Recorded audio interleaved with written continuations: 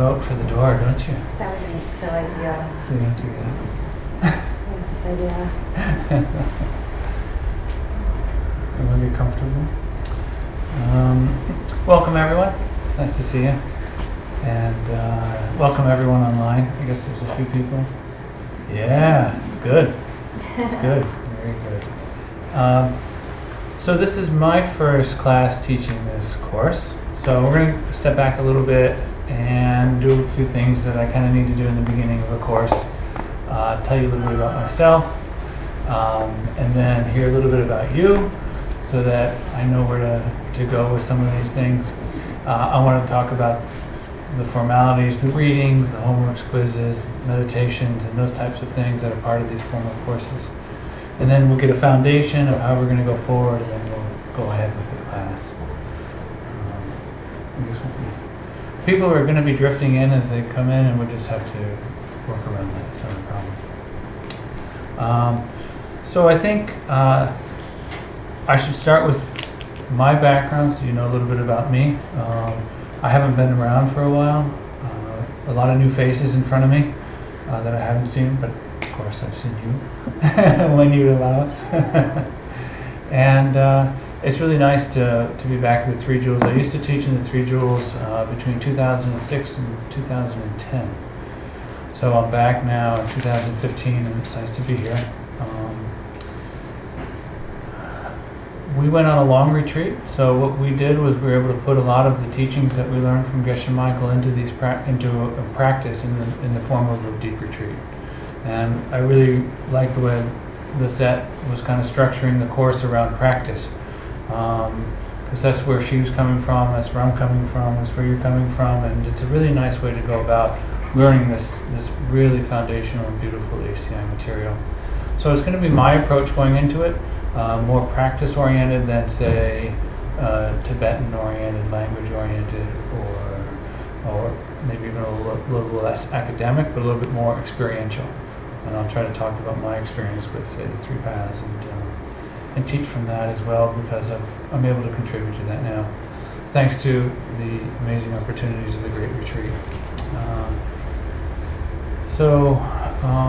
With that said, I looked at the date of this course, originally taught in 1993, 22 years ago, and to think of all the work that Geshe has done since then to bring us these courses and all the higher teachings, and then the retreat, and now all the long-run teachings he's doing, it's absolutely amazing. I think it's worth reflecting on the amount of material that our teachers have given us and that we've got here in front of us that we should take with us and take this precious moment to learn it as best we can. We're unique now in that this is course one. Course one doesn't get taught, it's starting the whole series. There are 18 courses in all for this open series of teachings. And when course one starts, it means there's a cycle starting.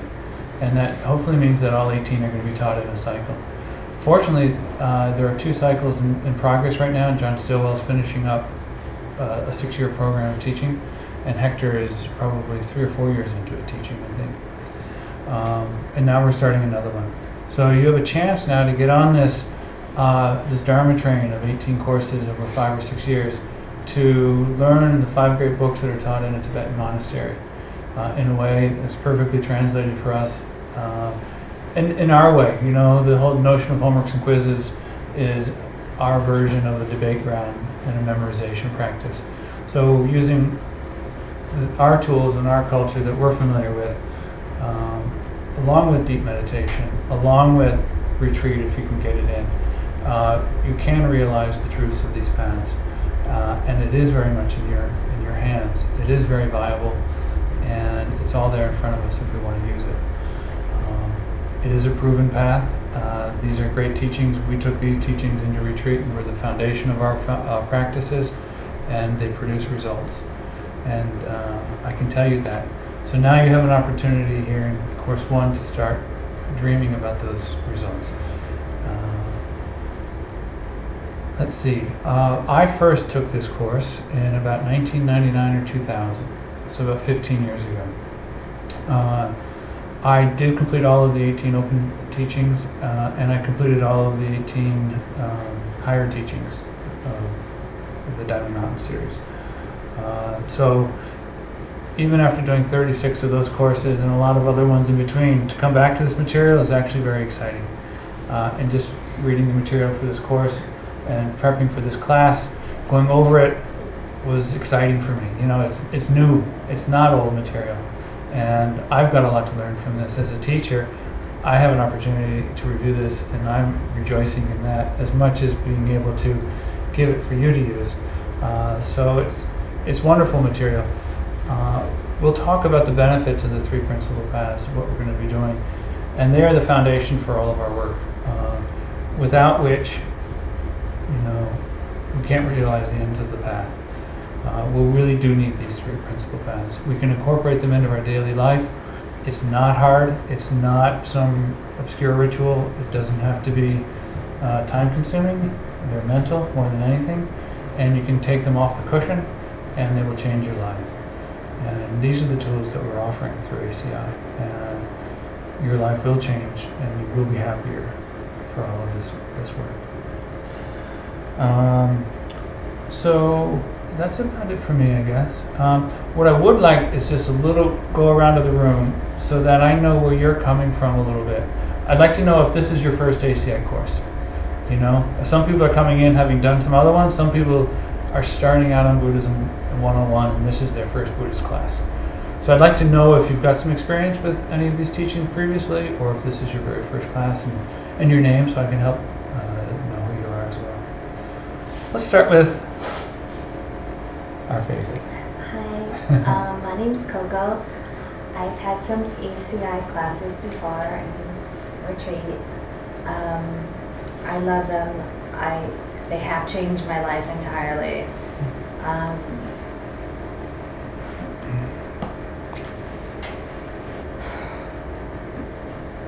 And I just want to keep studying them because I'm teaching a lot more now too, and any opportunity I get to review them, it just gets richer.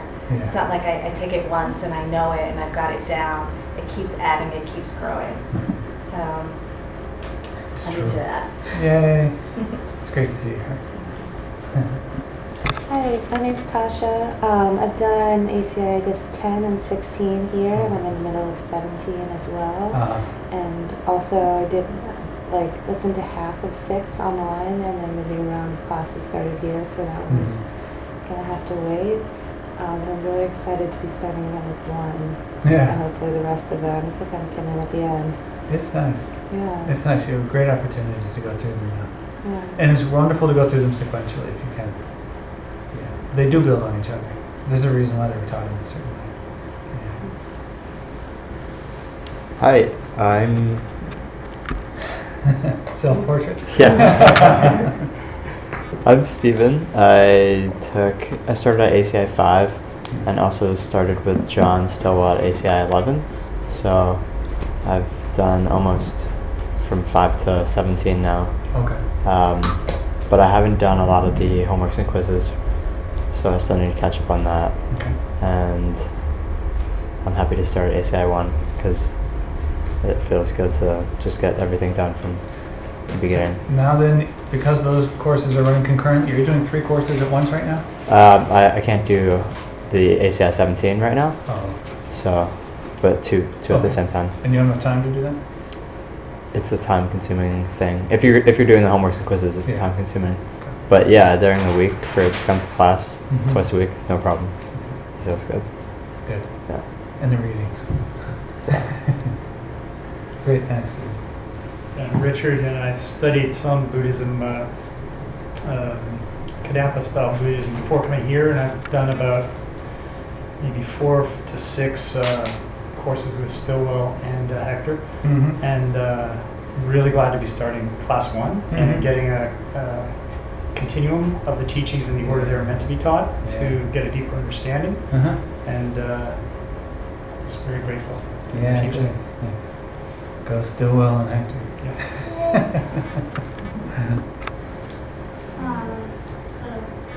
My name is Nilga, and yes, I kind of sat in on some of Hector's classes, 3, 4, and 7, but I don't think I've ever done the whole course, Mhm. I guess, from beginning to end, so I'm happy to start from class 1, and I'm happy that you said that this is more practicing than the intellectual part. It's exciting. Thanks. Hi, my name is Veronique. This is my first ACI course. I actually forgot I had signed up, and my smartphone led me here tonight, which is a good thing. And I've studied Buddhism, kind of like self-study since college, and it really helped me get over my really bad anxiety attacks and things like that. So I'm really glad to be kind of in a formal setting now. Yeah. Great. Welcome. Hi, I'm Allison, and I've been taking the 17 with Hector, and that's my first ACI class, so it's nice to be here for a while. I took a Buddhist class in college. Great. So you've just done 17 and then this one. Mm-hmm. Okay. Capping it off at both ends. Uh-huh. ACI does say that if only 16, 17, or 18, which are review courses, right, are being taught, they're good also to take. They're not necessarily finales, they're reviews. So you could take 16, 17, and 18 to get an overview of what you missed in the first 15. And that's very helpful too. It's a little high level, and then you have to get into the courses themselves to really get down into it. Many of you may be familiar with the ACI structure of homeworks and quizzes. If there is a structure of grading those, completing them, grading them, at the bottom of the homeworks there's some important things called meditations and memorization assignments on some of them. Meditations is the practical side of things, so they're very important to do. If that interests you more than anything, then those should always be filled out. The purpose of doing that is to reinforce what you learned in class. What you'll notice is that those they're very simple homeworks and quizzes. All they do is bring out the salient points of 2 hours of a lecture and say, okay, this is what you need to take away from that 2 hours. It's these 10 points. And if you take away these 10 points and carry it forward, then you're in good shape. So it's a way to distill all of the material and all of the reading down into just 10 things. Then the quiz reinforces that and says, well, let's take it down to 5 or 3.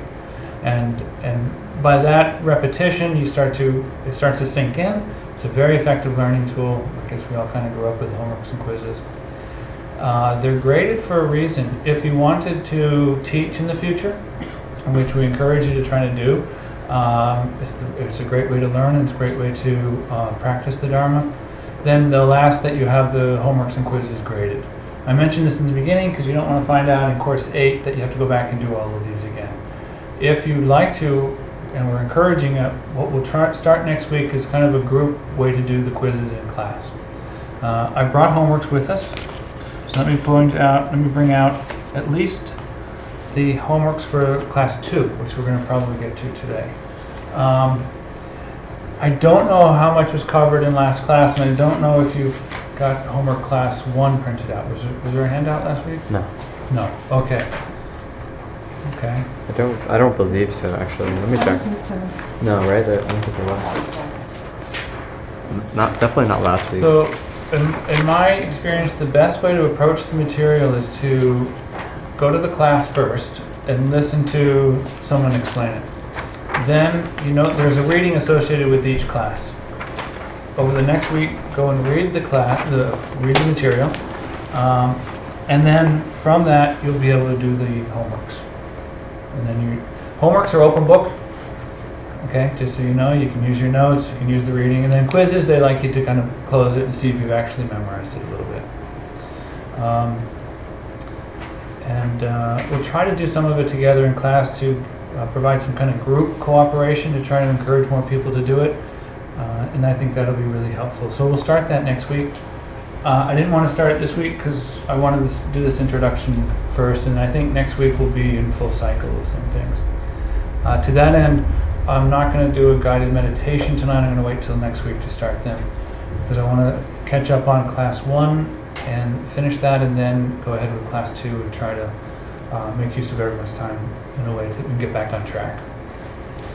And what else was I going to say?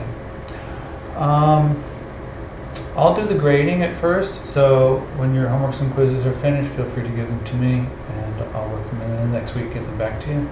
The grading's not hard, it's not harsh or anything. can't fail that. It is good if you can come to all the classes, and if you can't, we've got this new technology we weren't using before, but if you can get online and do it, it's good. There is something beneficial about being in the room, in the classroom with the teacher. Like Veronique was able to stop by. It is better. I've looked at videos online and followed them, and I'm just distracted by being at home.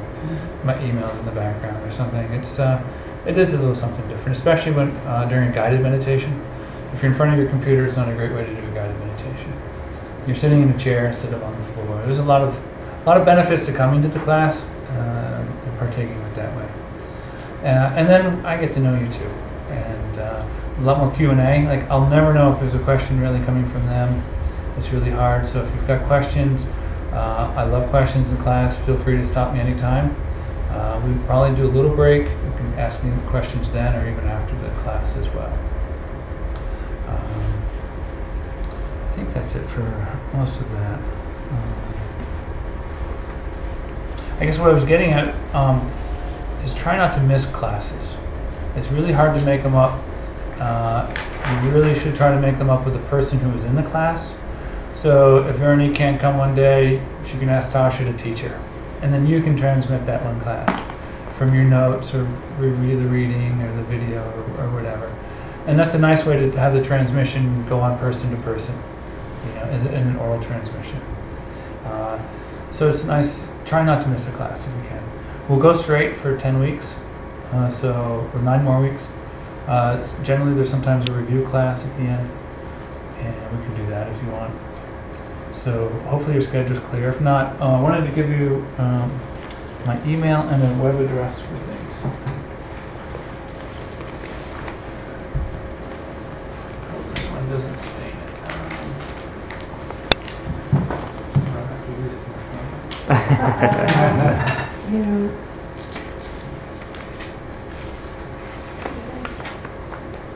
Huh? I don't, but if you go, Oh. you got extra?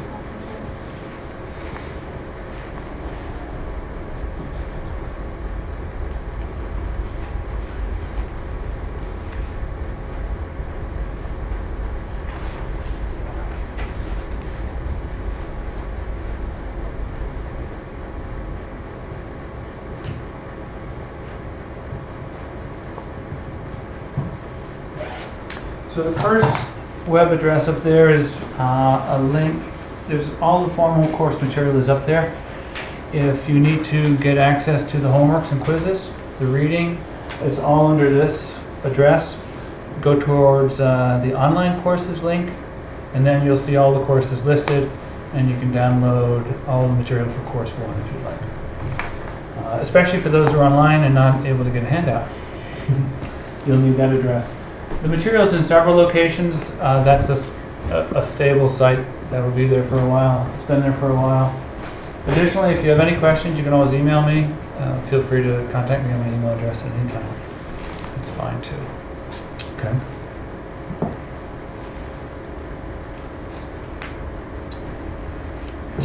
As part of the class, we will start with I always do prostrations before my teachers and an altar, and everybody and all the enlightened beings who are invited to this altar that we invite on a daily basis when we make offerings to them, or who I invite in my mind before I make prostrations. But our whole lineage is there. Pabonko Rinpoche on the left, upper left, is the source of our material tonight. So it's very appropriate to be making, for me, to be making prostrations to him.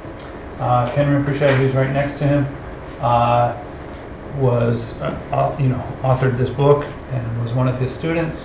Was translated as well and co-authored with Geshe Michael.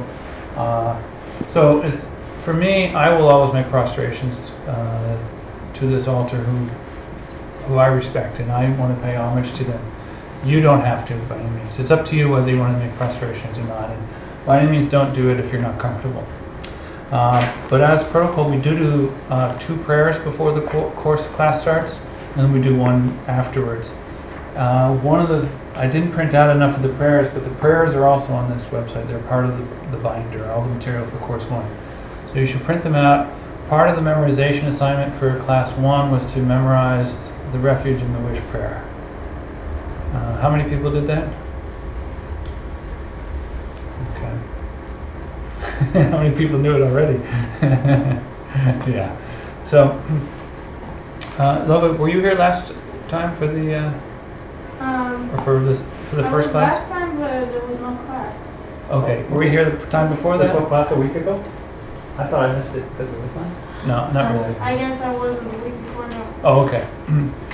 So that's another reason for you to get it, the homeworks, because at the bottom of the homeworks it says this is the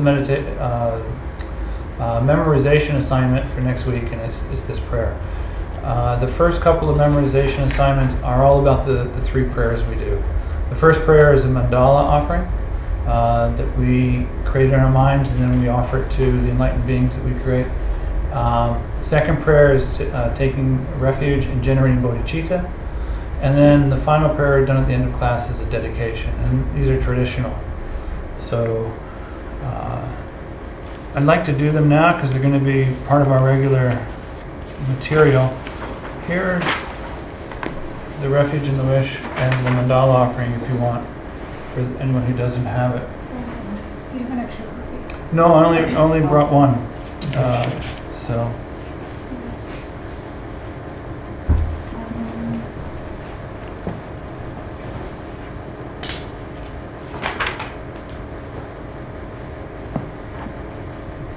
Oh, that's the Buddhist prayers.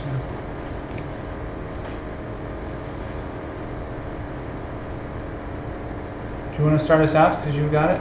So I'll just mention the mudra for the mandala. It generates, if you want, you can choose to do this if you like. It generates an imaginary mandala or world system in our hands, of which the center is composed of Mount Meru and the center, and then the 4 continents surrounding it. And it's just simply a symbolic gesture. You can, obviously you want to hold it in your mind as well. Could you teach us how to do it? Sure. So what the Mount Meru in the middle is composed of your ring finger standing upright. And then your second and third fingers are together crossed, and your thumbs hold your pinky. Coco will do some demonstrations. It's like doing the most complicated yoga.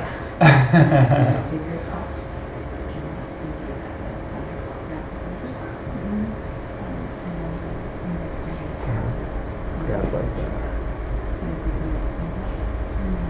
This one. Your index grabs your poses. The index That's it, grabs your yeah. posing. That's it.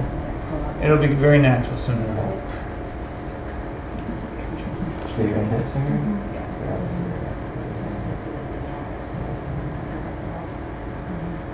take on like 2 like that. And then put it together. And then there you go. You could help Veronique. It's hard backwards. You kind of need Yeah, to. it's really hard to hear.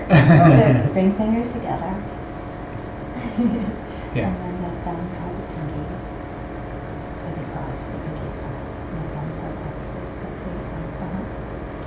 Bring fingers back to back. See it? Toes are like. Oh, you guys like this? Yeah. What we're making is an offering, and you can definitely do like this is lovely. Like you would hold an offering in 2 hands that you're making to an enlightened being. You're kind of just like, and in that regard, like this, you wouldn't make an offering to an enlightened being hanging at your ankles. You kind of like it's up here. It's at your heart. Where you're giving from. So we'll do this one once. Sashi Ruki Zushin Meto Tram Viravin Shi and Deyam Hadi Dron Shindu Mekte Uagi Yokunandak Shingla Drupasho Yang Guru Ratna Mandala Kamneyatayami. Now in the refuge and the wish, we do it 3 times, because we go for refuge 3 times. Once to the Buddha jewel, once to the Dharma jewel, once to the Sangha jewel. So, and then you're no longer making an offering now. You're kind of requesting a blessing from them, or so your hands are not in the offering position; you're in prayer position.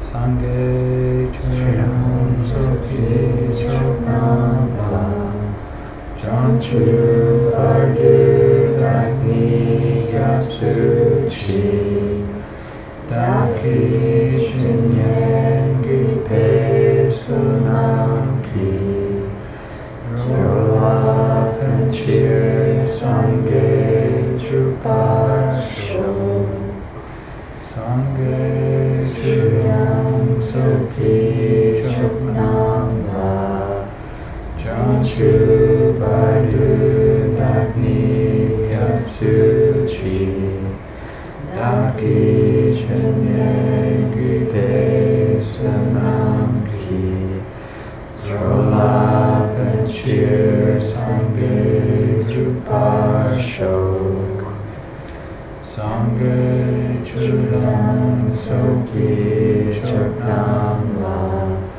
Janchu Baidu Dagni Gyatsuchi Daki Jinyen Gipe Sunamki Roll up and cheer Sangye Drupasho.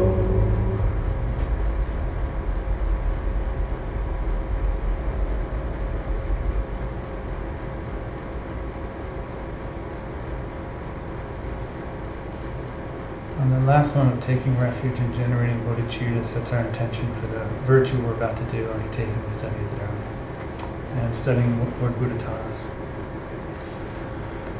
One thing I wanted to talk about still was the reading. Does everyone have a copy of this book? Some do, some don't. There are 4 or 5 copies out there. This is the reading for this course, the Principal Teachings of Buddhism. Okay. It's also available here, but in an 8.5 by 11 format. Okay. But this is the original translation and printing and distribution of it was in this book. If you're going to be in the class, please read the book. Read the readings, whatever the reading material is for the classes. There's a lot of more material in the reading than what is actually covered in the class itself. In fact, there's a little technique in ACI where we don't even teach in the class all of the homework questions. And it's just a little trick, skillful method of getting you to do the readings if you want to do all the homeworks, because they're not all going to be covered in the class. So you have to do the readings if you're going to do all of the homeworks. There's a lot in this book, and this is beautifully written as well. You get the tone of the author in this. Pabonka Rinpoche writing this. It was an oral teaching initially, and then it was written down by one of his students. And it's a totally different energy. You know, you hear it from him directly, and it's really nice. What we're doing in the class is providing a commentary to it, you see. We're trying to provide an oral commentary and oral lineage to it. So by all means, please do the reading. It's probably $9 or something over here, just out here. So you can buy it at the break, buy it afterwards, or it has been put into an 8.5 by 11, about 300-400 pages or so, and it's available for download. But you're going to spend that much money on printing it, you might as well just buy the book. And then you've got the book. It's a good one to have in your collection. One of the things I found, you put a book in your library, you go back to it. I love reference books because there's a lot of things I don't recall, and I love to be able to look them up. I love to be able to get it straight. Or I go back to something 5 years later and it'll have a different meaning, I'll put it in a different context, and I'll have something to look it up with. What's it called? The Principal Teachings of Buddhism. Okay.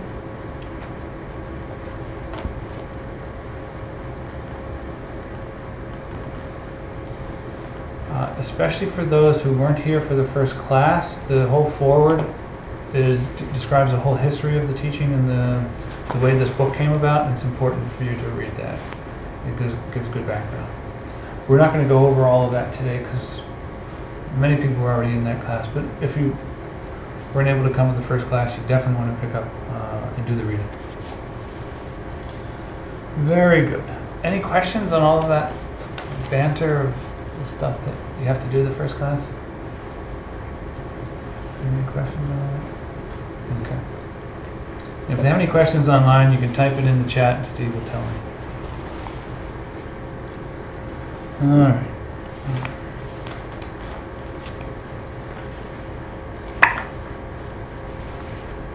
Sorry, I don't need these homeworks. Does anyone have any questions about what was taught in class 1 or the reading that you may have done?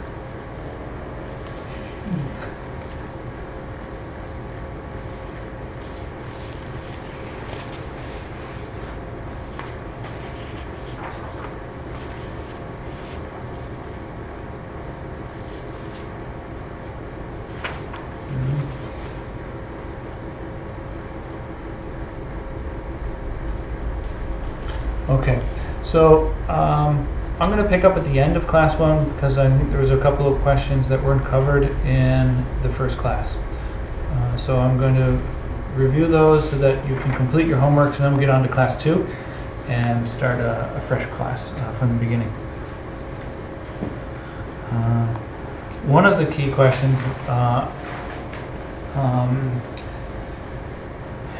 is that this book, or the title of this material, which once again was originally an oral presentation of a teaching given by Pabonka Rinpoche of Jetsun Kapa's poem of 14 verses.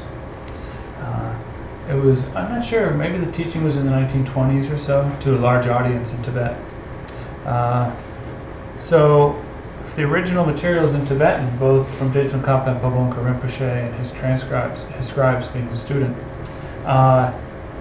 there's potential for translation problems. So Geshe-la wants us to be clear about the translation of the text. It's sometimes called the three principal parts of the path. And there's a clear distinction because,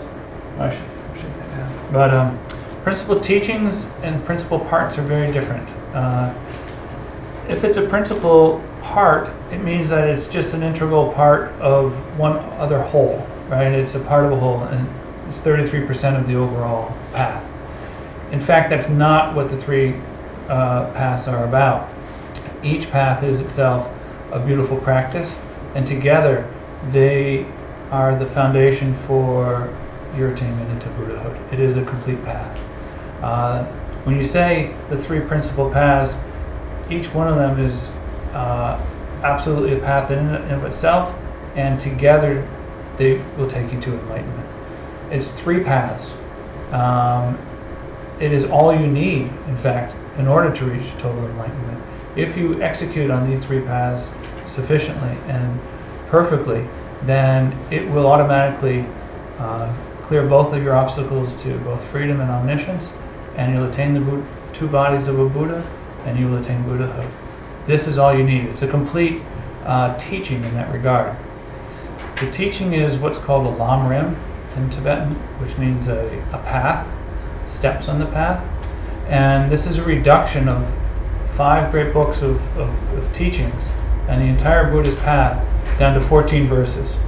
So it's a distillation which is perfect for our short memory and short attention span in modern day America.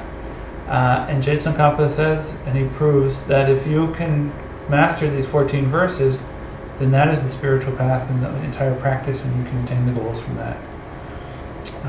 We're going to take longer. Go ahead, Richard. Did you say, and he proves that these are all you need? Yes, using logic. He does. Yeah. Are you going to teach us that proof one day? Yes. Okay. Yeah, we're going to go over some logic in the second class. Whether it proves it to you or not, I'll leave that. I'll ask you afterwards. Logic's used a lot for that, and we're going to go over that in a little bit.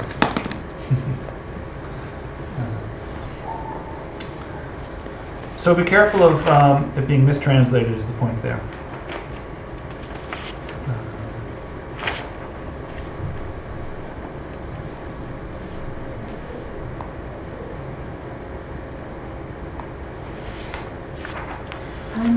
Michael? I'm not sure that I understood you. On the three principal paths, what I heard you say was that each path is a path unto itself, and that only collectively it works to lead to Buddhahood. Is that correct? Collectively they do. The paths in and of themselves will not in and of themselves. Okay, I just wanted to make sure. It's the integration of all three of them that you need to collect the two bodies to do that. And we go over that a little bit later, but it's the perfect combination of all three that's going to make it work. And ultimately, its correct view is hugely important too. We're going to go over how the three principal paths are a foundation for Buddhahood, and we'll cover all of that. And that's part of the logic there. What are the two bodies? Or the two, whatever it was you said there were two of? Well, there's two of them. So there's two main obstacles we need to remove, and those are the obstacles to freedom and obstacles to omniscience. We're going to get to that later on. And we also, there are a general collection of two bodies of a Buddha, and we'll get to that as well. There's two paths, there are two collections. There's the collection of merit, there's the collection of wisdom. We're going to get to those two. So, it's good, you're thinking ahead. Let's see. Alright. So Lamrim texts generally have three divisions.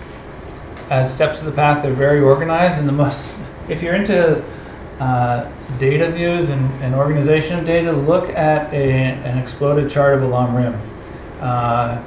They're usually printed in the appendix of a long Lamrim text, and there's like 10 or 15 indentations, and it's an outline of the teaching, and it's an absolute beautiful structured view of the entire teaching, and they're generally broken up into three parts, and it's called three scopes, and it's references three scopes of an individual, of a practitioner, and you need to know this. So the first scope is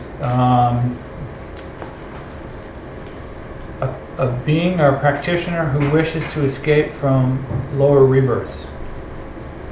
And that is their motivation. Their intention for practicing is to avoid a rebirth in a lower realm. And we're not going to go into the realms too much right now, but I will say the lower realms refer to, there are 6 realms, 6 levels of this desire realm which we are in now. The 3 lower realms that an individual or practitioner of the lower scope has a motivation for is to not be reborn in the hell realm, the craving spirit realm, or an animal realm. Okay? They want to be reborn either as a human, as a demigod, or a god in desire realm. Then there's a second division, which is practitioners of a medium scope, who say, I don't want to be reborn at all in this realm, but I'm only concerned about myself. I don't want to be reborn in any of the 6 levels of the desire realm. So you want to escape all rebirths, but it's only for yourself. There's no greater motivation to help anyone else there as well. So the third practitioner, the third scope, is someone who wishes to escape all cycles of rebirth for the benefit of others, so that they can achieve total Buddhahood by eliminating all of the obstacles and using wisdom as an antidote to the cycle of births, and then so that they can help other beings. So that's all Lamrims cover practices related to these 3 scopes of practitioners.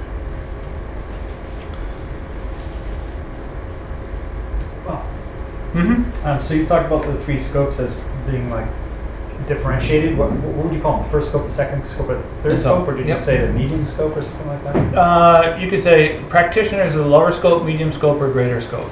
Lower, medium, and greater. Yeah.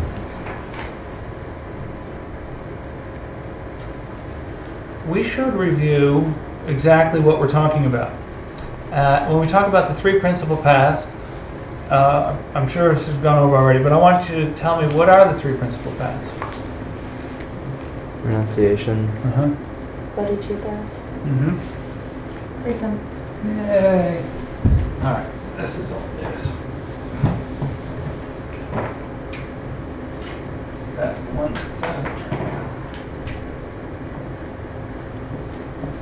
We're going to come back to this, so.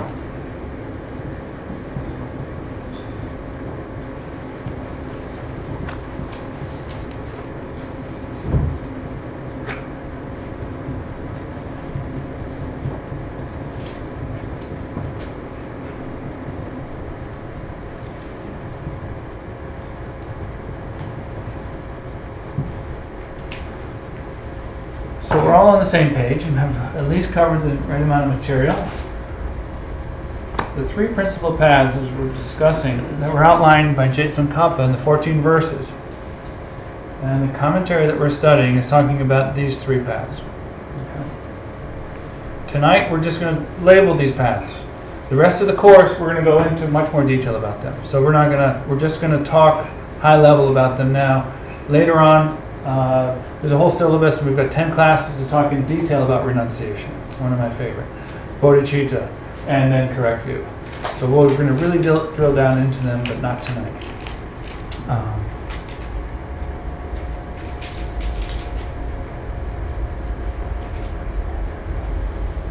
There's an interesting distinction about these paths.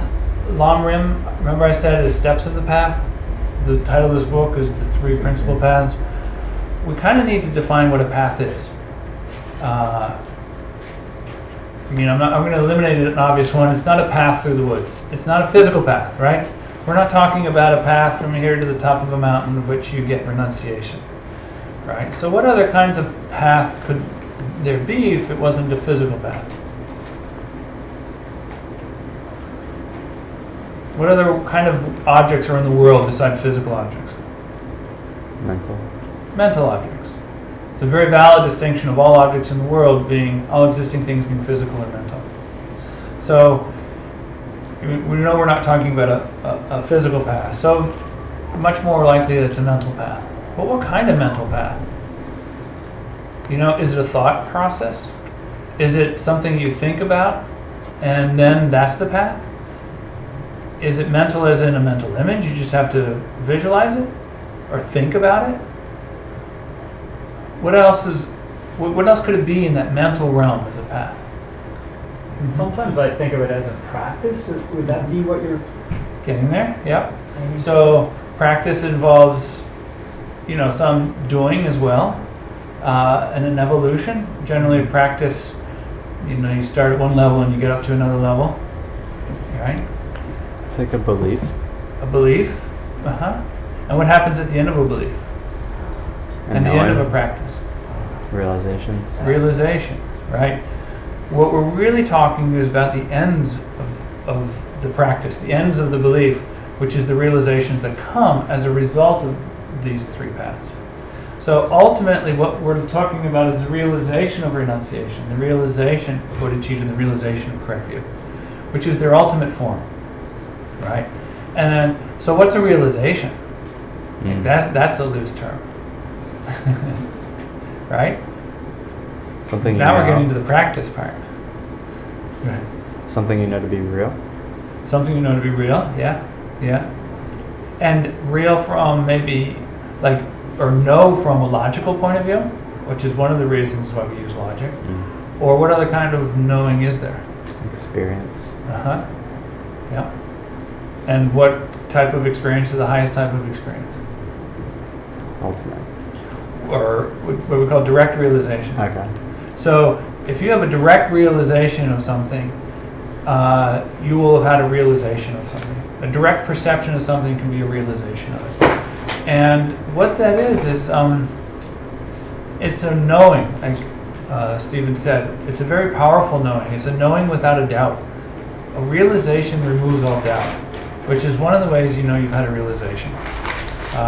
We all have doubts going along the path, and it's perfectly normal and it's perfectly fine. And then through your practice and through knowing and your beliefs, you attain a state and you have an experience of direct perception, which is a realization. Those doubts will fade, and you'll just know. It's kind of deep in your heart, like you just know it's a fact, and because of what's deep inside it, you've realized. It's very internalized in a different way. It's not a mental construct. It's not a mental knowledge object that, from memorization you don't have a direct realization. It's from practice. You see, practice is hugely important. So, in our case, when we talk about the three paths, we really want the realizations of these direct perceptions of them, because they're going to transform us the most. You see. So you'd not say the path is the realization, but you could say the path leads to the realization? Certainly the path leads to the realization. And the ultimate form of the path, for example, say the realization itself, leads to its goals, which are Buddhahood. So it's on a few different levels. Okay. Okay. Any questions on that? Kind of finishes up class 1 that I want to just make sure you had enough for the homework. Thank you for the tea. It's sweet. On its own. Okay. Now, let's go into class 2.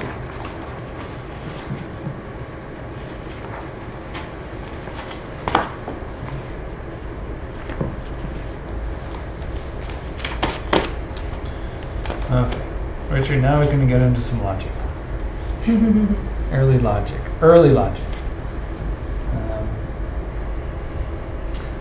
What we're going to spend most of the time in the rest of the class doing is proving why we need the 3 principal paths. What are they the cause for? And why do we want those results? There's a lot of ways to teach something. A lot of ways to try to prove something to somebody. One of the effective ways is to gain an intellectual understanding of things first, after which you meditate on it and internalize it a lot more, and you work towards your direct perception or realization of something. One of the ways to start with that mental process is to go to a teaching, do some reading, do some homeworks, do the meditation on it. And in the meditations, in the Tibetan tradition, there's a lineage of doing analytical meditations, where in your meditation, your object of meditation is a review of logical proofs towards whatever it is you're trying to prove. And one of the things we're going to try to prove, Richard, is why these 3 paths lead to the 2 bodies of Buddha, and Buddhahood and the ultimate goal itself. So, in practice, you would be taking these logical proofs as your meditation object and sitting with it every day. Okay? And you can go as far as you want. Some people enjoy a debate, and some people do not. Some people are logically proven something, and some people are still dubious after a logical proof is given. And I fall on both sides. Some logical proofs somehow don't seem to answer all the questions for me. And I want to say, well, what about this other case? It depends on the type of person you are. But it was introduced here in the second class in an important way. Once again, the purpose isn't logic. The purpose is to try to prove to the students why these 3 principal paths are important and how they reach your goals through these paths.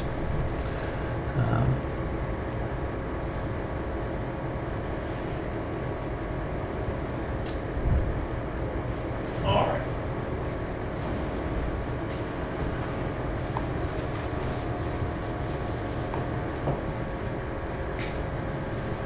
A little bit of Tibetan. I'm not a Tibetan scholar, but I do like it. Even though I'm far from a student of it.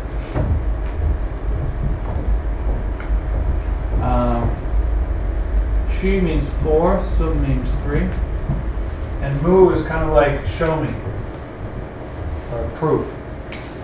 So these are called Mushi Musums. There are 4 ways things can be proven logically in relationship to each other to prove their existence.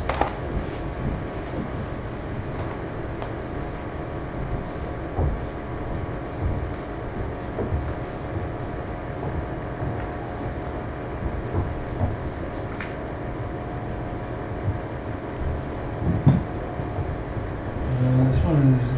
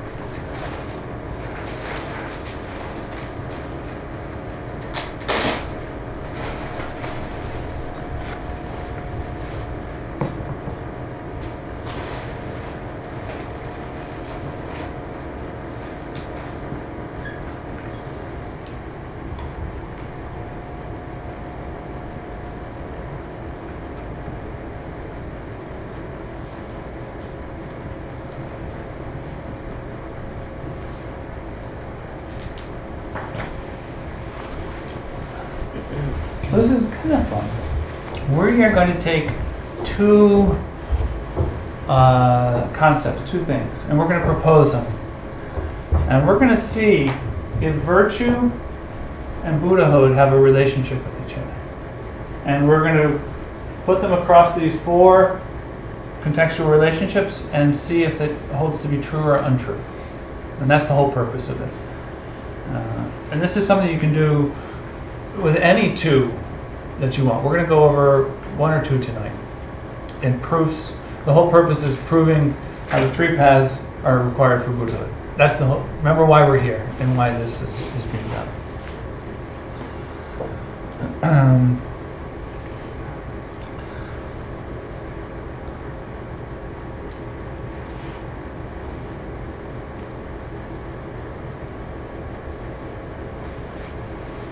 So we want to see if virtue is always a cause for Buddhahood.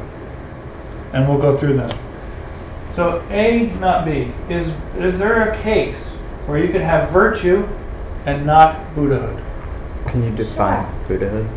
Yeah, it's the full total enlightenment. So having achieved the four bodies of a Buddha, having attained total omniscience. Okay. Yeah.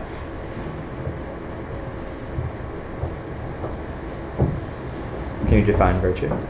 Virtue in Tibetan is gewa. It's doing something, a deed, which benefits another person. Generally, a virtuous thing impacts somebody else. It's an action, it's a deed, which is done altruistically with a virtuous intention to benefit someone else. So you've got intention, you've got a positive end result, you've got an action, that's virtue. So is there a case where you could have virtue and not Buddhahood? Yes. Yes. Because you don't have, well... Right, because we can be doing virtuous deeds and we could not be in Buddhahood, right? Right, but let's think about that. It seems that way, but maybe there's something more subtle here. Is there something that could get you to Buddhahood that is not virtuous?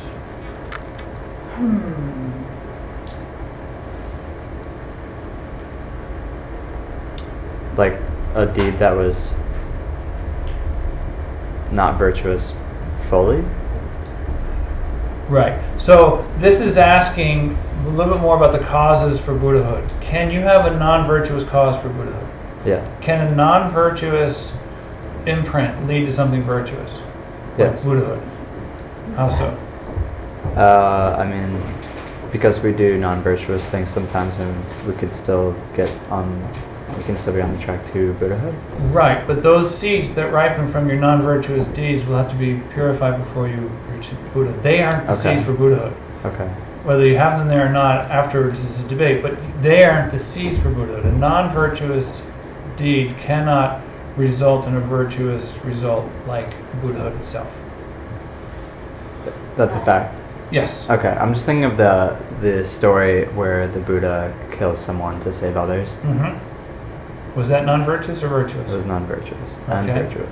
And he Yeah. and he took one argument was he took a karmic hit, Right. a penalty, to save somebody else, and he would rather the karmic imprint ripen on him than the other person. Right. And he was able to, do that. And it may have delayed his Buddhahood for, I don't know, an eon or something. I don't know. But he was altruistic enough to do that. Yeah. But that event... So that specific deed itself did not lead him to Buddhahood, you're saying? No, but there's a positive spin on that too. If he had the intention to help somebody else, how deep of an imprint was that karma? Yeah. You see, it's different than someone who was murderous and killed this other murderer. You see, there are very deep teachings on how you can go and do something like that, apparently non-virtuous. And to do that, one of the requirements is you have to be able to know the very end result of that person's karma. So you have to be able to have enough wisdom to see that karma, what it's going to be. And you have to be able to, if you're going to take a life, send them into a higher birth. So you have to have the power and the ability to affect so that being's rebirth. So it's not for every ordinary being to go out and make those decisions. You're doing him a favor by killing him. It was basically Lord Buddha's intention was to stop another karmic imprint on this guy's life. Yeah, and Angalma, was it? I forget. I don't know. Yeah, he bore a finger for every person he killed, and his name in Sanskrit is. Oh yeah. Let's cut to the chase. There is nothing. You cannot get to Buddhahood without doing non-virtue. So A and not B. No, there is no case where there's no A and B. Right. There is an A and not a B. There's no case where there's a virtue and not Buddhahood. Let me finish. Let me go through all of them, okay? How could there be no case that there's a virtue and not a Buddhahood? You could do something virtuous but not be.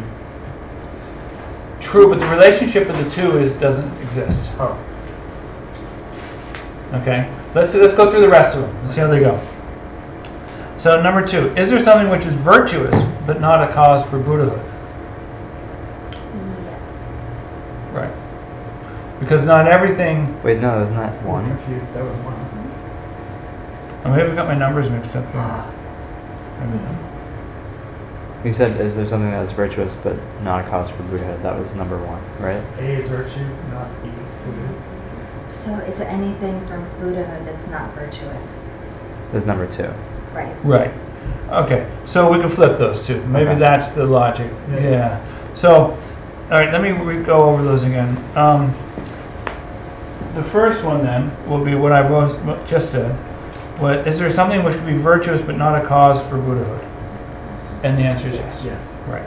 Is there something which is a cause for Buddhahood but not virtuous? No. By definition, right? Because it must be virtuous to be a cause for Buddhahood. But all causes for Buddhahood are virtuous. Is that true? Mm-hmm. All virtuous By cause. So, let's see. Can you say that number 2 again? Number 2 then is something which is going to get you to Buddhahood, but is not a virtue. It's not. And there's that's no- nothing, right? And that's nothing. Yeah. Right. So let's go on to the third one, just to keep moving here. Is there something which is a cause for Buddhahood and a virtue? So it's both A and B. Yes. Yes.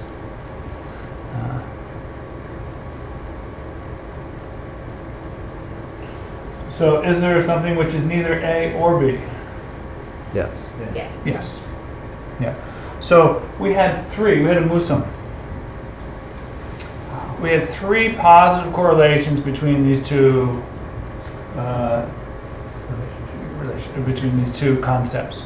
Therefore, it exists. If you came up with 2 and 2, then there wouldn't be a relationship between them, and that logic proof falls apart. So the logic goes that everything in the universe, everything can be broken down into a relationship between 3 or 4. All existing things, if they truly exist, then they have a relationship in 3 or 4 ways.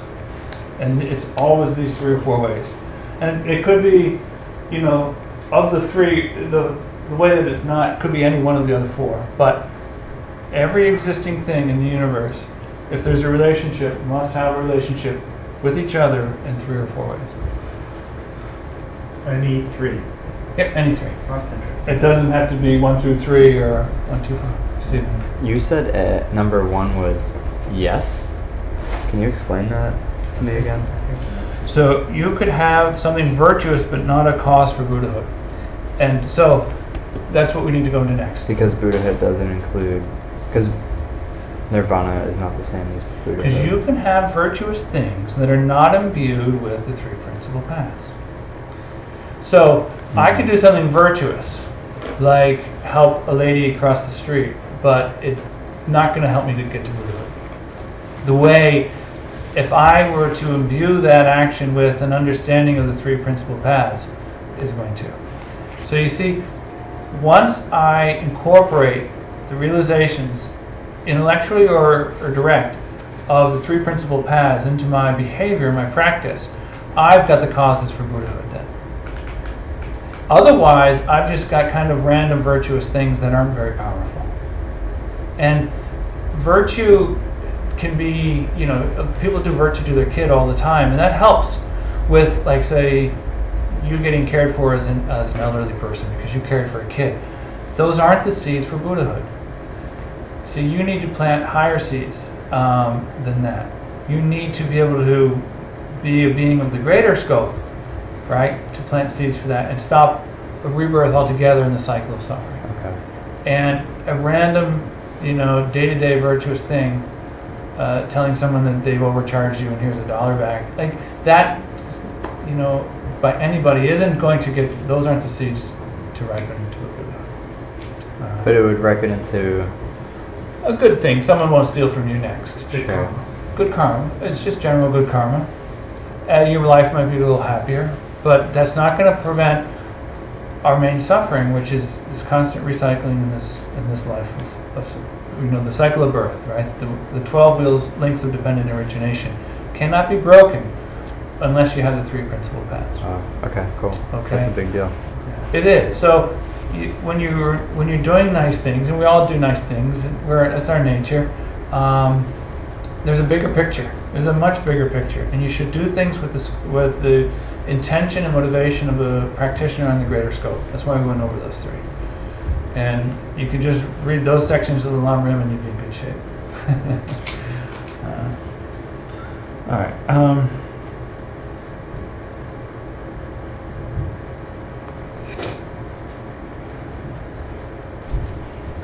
You could go so far. We haven't really talked about the three paths, but renunciation, bodhicitta, and correct view should be the motivation for all of the things that you're doing. So, say you're volunteering on a Dharma project. It shouldn't just be because someone asked you or because someone needs help or something. It should be because you have renunciation for this world. You're sick of the suffering life and you want to get the heck out of it. And you're sick and tired of pain and suffering, and you know there's a way out. Secondly, you want to do it to help other people. Not just for your own good, but for the benefit of others. And thirdly, you do it with correct view, which is the wisdom of emptiness, the ultimate nature of things. Which is karma and emptiness, really. It's the knowing where things come from through the positive ripening of seeds, and the ability to ripen that way because there's a lack of a self-existent nature to all things. And most importantly, to our own minds. So if you imbue that Dharma activity of helping in a Dharma activity with that, those are the causes for you to reach Buddhahood, and those are the causes that you need to stop the cycle of pain and suffering life. Could you repeat that second thing you just said? You said the first thing was ripening of the seeds. So, And I lost you. okay, then the second is that you need wisdom with things. Emptiness. Karma and emptiness combined. So karma is the positive side of things, where it's the ripening of seeds to that things happen in our world. Things pop. You hear my voice because of karma. But my voice could say something very different than what you're hearing, and everyone in this room is hearing something different from me, and that's because there is no self-existent nature to my seed, to my voice. I'm coming for you. My voice is coming through. It's coming from 5 different minds here. And that's the emptiness side of things. And combined, that's how our entire world is created. And that's just a quick overview of the correct view side, the third of the path. That you need to imbue your motivation and intent with all of your activities. And then it explodes. Those are the seeds you need. So once again, we're proving why we need the 3 principal paths, because if we want to reach Buddhahood. Right?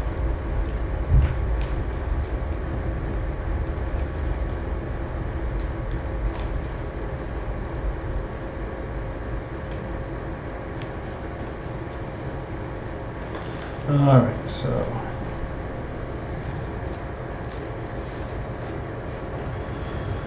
next let's talk about, we should take a short break because we've had a long chat. If we could just do like 5 minutes, just to stretch your legs out or something, and then alert your mind up a little bit. We'll take another 40 minutes or so to finish up as far as we can.